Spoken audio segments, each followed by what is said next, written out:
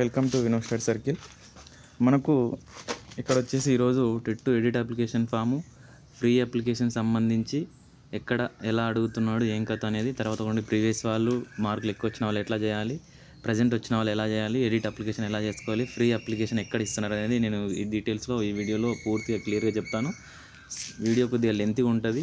Application చేసే process మీకు పూర్తిగా అర్థం కావాలి, ఎక్కడ డౌట్స్ రావద్దనే ఉద్దేశంతో ఈ వీడియోలో చెప్పడం జరుగుతుంది. సో మీరు వీడియోని స్కిప్ చేయకుండా చూస్తే మీకు ప్రతి పాయింట్ టు పాయింట్ అర్థమవుతుంది. మినిమం వీడియో వచ్చేసి 15 minutes to 20 minutes పడుతుంది.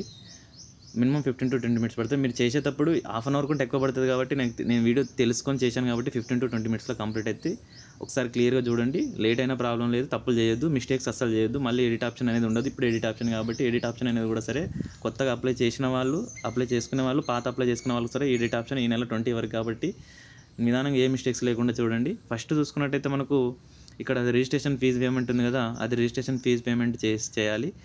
ఆ తర్వాత కొండి నెక్స్ట్ అది అయిపోయిన తర్వాత ఫిల్ అప్లికేషన్ ఫామ్ ఉండాలి. ఇక్కడ రిజిస్ట్రేషన్ ఫామ్లో ఇట్లా వస్తుంది, have qualified TG TET present వాళ్ళకి ఇలా వస్తుంది.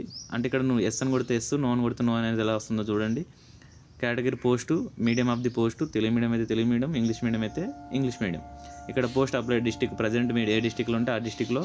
నెక్స్ట్ వన్ చూసుకుంటే ఇక్కడ మనకు క్యాండిడేట్ ఆధార్ నెంబర్ కొట్టి ప్రాసెసర్ అని కొట్టాలి. ఇక్కడ మనకు TG have you qualified for TG TET అని ఇక్కడ ఉంది కదా, ఇక్కడ దీనికి మనం క్లిక్ చేస్తే నో అని కొడితే ఇలా వస్తుంది. నో అని కొడితే only Aadhaar card number, post, medium, post applied అని వస్తుంది నో అని కొడితే.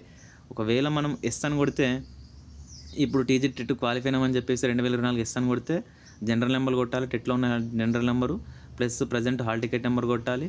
నెక్స్ట్ వన్ చూసుకుంటే టీజీటీ టెట్ ఎగ్జామ్ పేపర్ ఏదంటే అది కొట్టాలి, సెకండ్ పేపరా ఫస్ట్ పేపర్ అని చెప్పేసి. నెక్స్ట్ వన్ చూసుకుంటే category of post me school assistant అయితే స్కూల్ అసిస్టెంట్, లాంగ్వేజ్ పండిట్ అయితే లాంగ్వేజ్ పండిట్, మీడియం అయితే పోస్ట్ ఇంగ్లీష్ మీడియమా, తెలుగు మీడియమా, ఉర్దూ మీడియమా, అది applied for district local district. Next one చూసుకుంటే క్యాండిడేట్ ఆధార్ నెంబర్ కొట్టేసి ప్రాసెసర్ అని కొడితే మనకు ఇలా మొత్తం ఇలా వచ్చిన తర్వాత కొండి మీకు ఫీజు రీయింబర్స్మెంట్ ఫ్రీ వస్తుందా లేదనేది ఇక్కడ చూడండి.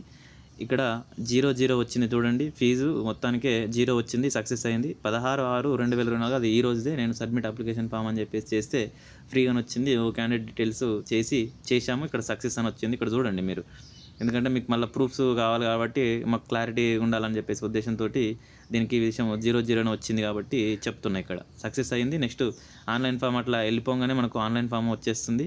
అక్కడ ఆన్లైన్ ఫామ్ వచ్చిన తర్వాత మనం ఇక్కడ పోస్ట్కి సంబంధించిన డీటెయిల్స్ని ఎంట్రీ చేయాలి. ఇక్కడ రిజిస్ట్రేషన్ ఐడి ఎంట్రీ చేయాలి. మనకు రిజిస్ట్రేషన్ ఐడి ఉంటుంది కదా, ఇక్కడ TRR సంథింగ్ ఉంటుంది, ఆ రిజిస్ట్రేషన్ ఐడి మనం కొట్టేసి పేమెంట్ రెఫరెన్స్ ఐడి ఉంటుంది ఇప్పుడు మనం చేసిన దాంట్లో.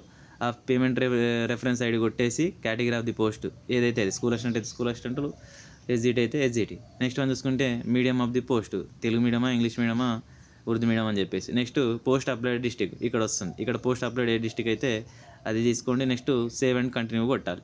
సేవ్ అండ్ కంటిన్యూ కొట్టిన తర్వాత నెక్స్ట్ మనకు వచ్చేసి డీటెయిల్స్ ఇట్లా పర్సనల్ డీటెయిల్స్ వస్తుంది. అప్లికేషన్ విత్ సర్నేమ్ తోటి, ఫాదర్ నేమ్ తోటి, మదర్ నేమ్ తోటి, ఆధార్ కార్డ్ నెంబర్ తోటి. ఆధార్ కార్డ్ నెంబర్ ఆల్రెడీ మనం ఎంట్రీ చేసినట్టు అవన్నీ ఉంటాయి. జెండర్ ఫీమేలా మేలా అని చెప్పేసి, date of birth, mother tongue ఏదైతే అది మనకు తెలుగు అయితే తెలుగు అది. తర్వాత కొన్ని ఆల్టర్నేటివ్ మొబైల్ నెంబర్ ఒకటి, మన మొబైల్ నెంబర్ పర్సనల్ నెంబర్ ఒకటి, ఈమెయిల్ ఐడి, మదర్ టంగ్, కమ్యూనిటీలో BCA, BCB, ST, SC ఇవన్నీ ఉన్నవి.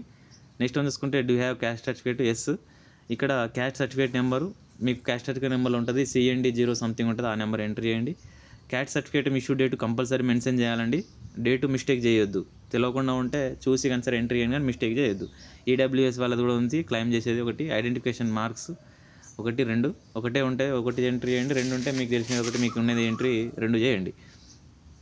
నెక్స్ట్ వన్ చూసుకున్నట్టయితే మనకు పర్సనల్ డీటెయిల్స్ అయిన తర్వాత అదర్ డీటెయిల్స్ సంబంధించేవి మనకు ఉన్నవి. అదర్ డీటెయిల్స్లో ఏముంటాయంటే ఇవన్నీ ఉంటాయి, స్కూల్ సంబంధించినవన్నీ మనకు మీకు దగ్గర బోనఫైడ్లో ఉన్న వాటి ప్రకారము first class with regular schools, school names, ఎక్కడ ఏం అకాడమిక్ ఇయర్ని బట్టి మీరు ఇక్కడ ఎంట్రీ చేయండి. మొత్తం 7th క్లాస్ వరకు ఎంట్రీ చేస్తే లోకల్ డిస్ట్రిక్ట్ ఏదని చెప్పేసి ఇక్కడ వస్తుంది. ఇక్కడ చూడండి ఈరోజు పేపర్ కూడా సంబంధించి నో ఫీజుకు DSC వెబ్సైట్లో మార్పులు అని చెప్పేసి చెప్పారు. ఈరోజు వచ్చింది కాబట్టి క్లియర్గా ఇచ్చారు. నెక్స్ట్ వన్ చూసుకుంటే ఇక్కడ అయిపోయిన తర్వాత పర్సనల్ డీటెయిల్స్ అంతా అదర్ డీటెయిల్స్ అని చెప్పేసి ఇక్కడ మనకు వస్తుంది.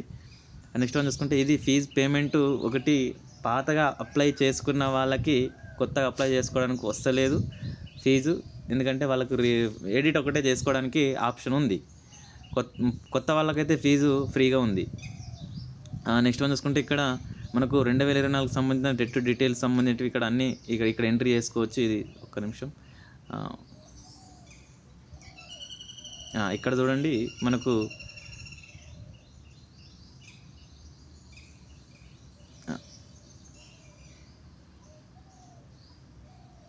ఇక్కడ వచ్చేసి అడ్రస్ డీటెయిల్స్లో వచ్చేసి హౌస్ నెంబరు, దీనికి సంబంధించిన society secretary, town, district Telangana అని చెప్పేసి పిన్ కోడ్ అని కొట్టేసి ఇక్కడ పర్మనెంట్ అడ్రస్ కూడా సేమ్ అయితే ఇది క్లిక్ చేయండి, లేదంటే వేరేది పెడితే పెట్టండి. నెక్స్ట్ వన్ చూసుకున్నట్టయితే ఇక్కడ మనకు ఎడ్యుకేషనల్ క్వాలిఫికేషన్లో వచ్చేసి 10th క్లాస్ సంబంధించి మనకు board of secondary education, place of study ఎక్కడ దగ్గర hall ticket number, date of pass కూడా వచ్చేసి 10th క్లాస్ సర్టిఫికేట్లో చివరిలో ఉంటుంది, కింద సర్టిఫికేట్ దగ్గర అవి ఎంట్రీ చేయండి, మార్క్స్ ఎంట్రీ చేయండి. నెక్స్ట్ వన్ చూసుకున్నట్టయితే మనకు 12th class details, DEd apply చేసే వాళ్ళు ఇంటర్మీడియట్ డీటెయిల్స్ ఎంట్రీ చేస్తే సరిపోతుంది, మిగతా చేయాల్సిన అవసరం లేదు. బీఎడ్ వాళ్ళ మటుకు బీఎడ్ సంబంధించిన డీటెయిల్స్, డిగ్రీ డీటెయిల్స్, బీఎడ్ కాలేజీలో మెథడాలజీలకు సంబంధించిన డీటెయిల్స్ ఎంట్రీ చేయాలి. ఇక్కడ ఒకటి ఏంటంటే సార్ మాకు మెథడ్కి సంబంధించిన ఇక్కడ డీటెయిల్స్ అడుగుతున్నాయి, ఆప్షనల్ సబ్జెక్ట్లో మేజర్స్ ఏమని చెప్పేసి డైట్ వాళ్ళు మీకు మేజర్గా ఇంటర్మీడియట్లో ఏది ఉంటే అది, సోషల్ ఉంటే సోషల్, ఇంగ్లీష్ సోషల్ ఉంటే సోషల్, మ్యాథ్స్ ఉంటే మ్యాథ్స్ ఉన్నవాళ్ళు, సైన్స్ ఉంటే science, methodology 1, methodology 2, methodology 3 apply చేయండి. ఇంకొకటి 3 మెథడాలజీలు బీఎడ్ వల్ల కొంతమందికి ఉన్నాయి, కొంతమందికి లేవు. ఎలా అని చెప్తున్నానంటే కొంతమందికి ఏమవుతుందంటే మెథడాలజీలో ఒకప్పుడు ఉండేదండి, ఇప్పుడైతే ప్రజెంట్లో మేము వెతికే దగ్గర అయితే ఎక్కడ లేవు. ఒకప్పుడు ఆంధ్ర యూనివర్సిటీలో చేసేది ఉండే. ఎలా అంటే ఫర్ ఎగ్జాంపుల్ మెథడ్ పేపర్ 1 ఒకటి, పేపర్ 2 ఒకటి ఇప్పుడు కూడా ఉంటుంది. ఒకటి ఫర్ ఎగ్జాంపుల్ మెథడ్లో కొంతమంది బయోసైన్స్ తీసుకుంటారు, ఫిజికల్ సైన్స్ తీసుకుంటారు, వాళ్ళు రెండు మెథడ్లు ఉంటాయి, కానీ ఒకటే పీజీ ఉంటుంది. ఏది బయోసైన్స్ సంబంధించి ఎంఎస్సీ బాటనీ ఉందనుకోండి, వాళ్ళు రాసుకోవడానికి రాదు. ఎంఎస్సీ బాటనీ ఉండి ఎంఎస్సీ కెమిస్ట్రీ ఉందనుకోండి, ఫిజికల్ సైన్స్ కూడా వాళ్ళకి అప్రూవల్ అవుతుంది, కాబట్టి రెండు ఉంటుంది. ఇప్పుడు మనకు మెథడాలజీ ఫర్ ఎగ్జాంపుల్ బీఈడి మెథడాలజీలో బయోసైన్స్ ఉంటుంది, తెలుగు మెథడాలజీ ఉందనుకోండి, బయోసైన్స్ రాసుకోవడానికి వస్తుంది, తెలుగు తెలుగు ఉంటే తెలుగు రాసుకోవడానికి వస్తుంది. ఇంకో తెలుగు మనం చేయాల్సినప్పుడు లేకున్నప్పుడు రెండింటికి లేదు. ఇంకోటి ఎట్లా ఉంటుందంటే కొంతమంది ఫిజికల్ సైన్స్ బయోసైన్స్ చేసుకున్న వాళ్ళు ఒకటే పీజీ చేసుకుని ఉంటారు. అప్పుడు ఒకవేళ నెక్స్ట్ కెమిస్ట్రీ చేసుకుంటే వాళ్ళు పీజీటీ జేఎల్స్ కూడా రాసుకోవడానికి ఉంటుంది. కాబట్టి ఇట్లా మనకు 3 మెథడాలజీ కూడా ఉంటాయి. మెథడాలజీ ఇంకో మెథడ్ ఎట్లా చేస్తారంటే కోర్స్ అయిపోయిన తర్వాత ఇదే సర్టిఫికేట్స్ మీద ఒక 6 months చేసుకోవడానికి ఉంటుంది. 6 months మనకు ఇంకో దగ్గర వేరే యూనివర్సిటీలో చేసుకునేది ఒకప్పుడు ఉండే, ఇప్పుడు లేవు. అవి తీసేయడం జరిగింది. కాబట్టి 3 సర్టిఫికేట్లు అప్పుడు ప్రీవియస్ వాళ్ళు ఉండడం కోసము 3 మెథడ్లు ఉండడం కోసం ఇట్లా అప్లికేషన్ మెన్షన్ చేశారు. నెక్స్ట్ వన్ చూసుకున్నట్టయితే ఇక్కడ డీటెయిల్స్ మొత్తము మన బీఈడి సంబంధించిన డీటెయిల్స్ కూడా మెథడాలజీ 1, మెథడాలజీ 2, మెథడాలజీ 3 ఎంట్రీ చేసుకొని మార్క్స్ చేయవచ్చు. ఇక్కడ పర్సంటేజ్ ఆఫ్ మార్క్స్ కూడా అడుగుతుంది. ఇక్కడ టెట్ డీటెయిల్స్ అడుగుతుంది, హాల్ టికెట్ నెంబరు. ఇక్కడ చూడండి టెట్కి సంబంధించిన దాంట్లో TS TET, AP TET, CTET details. Note for AP TET eligible up to June 2, 2014 only. ఎందుకంటే 2014 కంటే ముందు ఏపీ తెలంగాణలో ఆ డీటెయిల్స్ 2011, 12, 14 డేట్లను కూడా సరే మనము ఎంట్రీ చేయొచ్చు.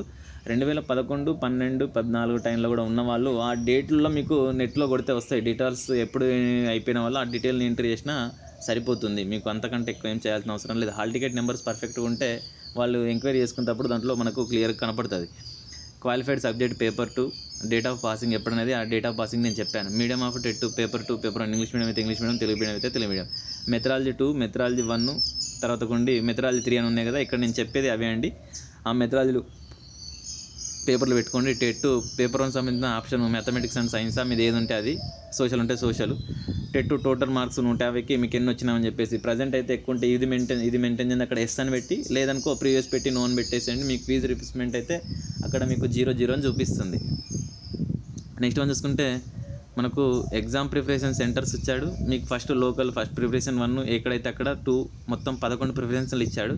నెక్స్ట్ వన్ ఇక్కడ చూసుకుంటే ఫోటో సిగ్నేచర్. ఇక్కడ మనం ఫోటో దగ్గర ఫోటో సిగ్నేచర్ 2 చేసి డిక్లరేషన్ ఫామ్ దగ్గర అయిపోయిన తర్వాత క్లిక్ చేసిన తర్వాత కొండి లాస్ట్లో అవి మొత్తం అయిపోయిన తర్వాత ప్రివ్యూ చూడండి. ఫస్ట్ ప్రివ్యూ చూసిన తర్వాత మీరు డీటెయిల్స్ ఎలా ఉన్నాయి, కరెక్ట్గా ఉన్నవే లేదా రాంగ్ ఉన్నవే అవి చేసిన తర్వాతకు అయిపోయిన తర్వాత ఫైనల్గా అయిన తర్వాతకు సేవ్ అని కొట్టండి. సేవ్ అని కొట్టిన తర్వాత ఫైనల్గా సబ్మిట్ అని క్లిక్ చేసుకోవాలి.